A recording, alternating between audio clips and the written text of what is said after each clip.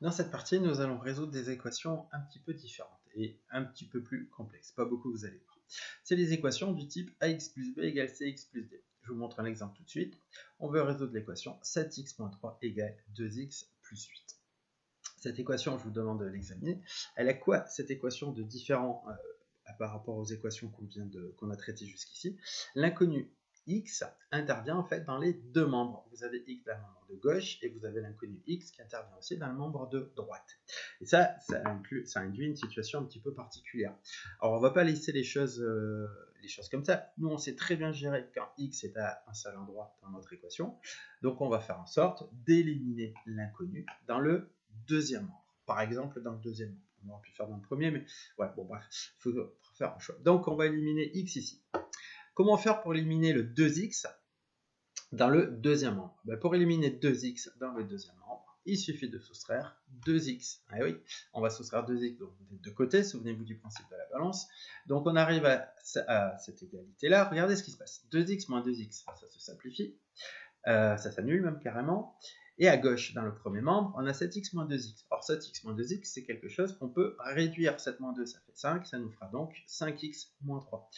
À droite, il ne me reste plus que 8. J'arrive à une nouvelle équation, 5x moins 3 égale 8. Et cette nouvelle équation, on sait parfaitement la résoudre, puisque c'est une équation semblable à celle que vous avez rencontrée jusqu'ici.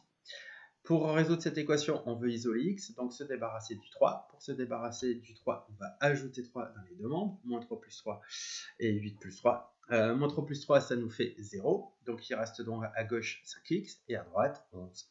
C'est une division entre 5 et x. 5x et 5 fois x, on divise par 5 des deux côtés. J'arrive à 5x sur 5 égale 11 sur 5.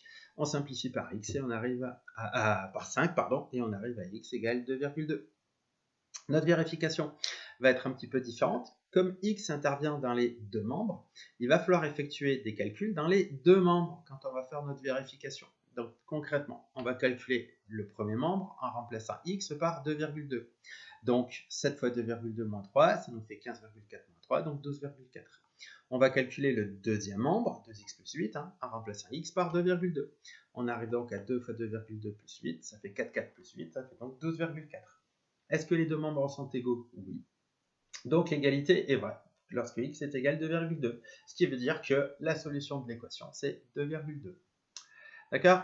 Alors, on va vérifier que vous avez bien compris. Je vais vous proposer une équation. Vous allez prendre un petit papier, un crayon. Ça va être à vous de gérer. S'il faut pour ça revenir sur le début de la vidéo pour essayer de la regarder à nouveau, pour bien comprendre comment ça fonctionne. Surtout, vous n'hésitez pas, autant de fois qu'il le faudra.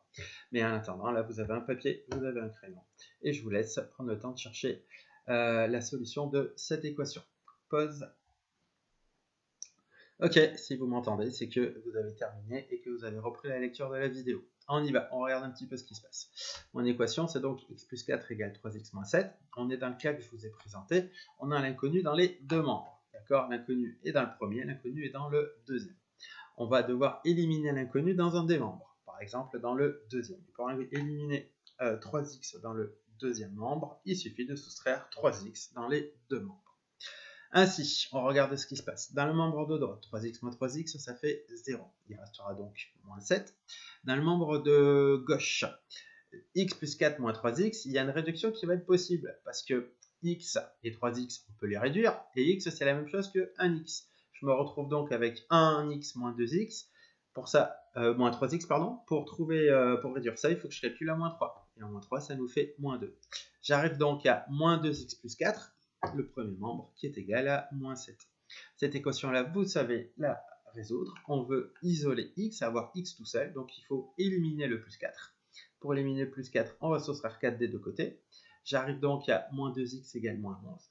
Et maintenant, il faut éliminer le moins 2. Et je vous rappelle que moins 2 est relié à x par une multiplication. Donc pour ça, on va diviser des deux côtés par moins 2. Donc une petite simplification par moins 2 va nous donner que x est égal à 5,5. Notre vérification, elle va se faire en calculant le premier membre en remplaçant x par 5,5, ça nous donne 9,5. On va calculer le deuxième membre en remplaçant x par 5,5, ça nous fait 16,5 moins 7, ça fait 9,5 encore. Les deux membres sont égaux. L'égalité est donc vraie. Pour x égale 5,5. La solution de l'équation est donc 5,5. Fin de la vidéo.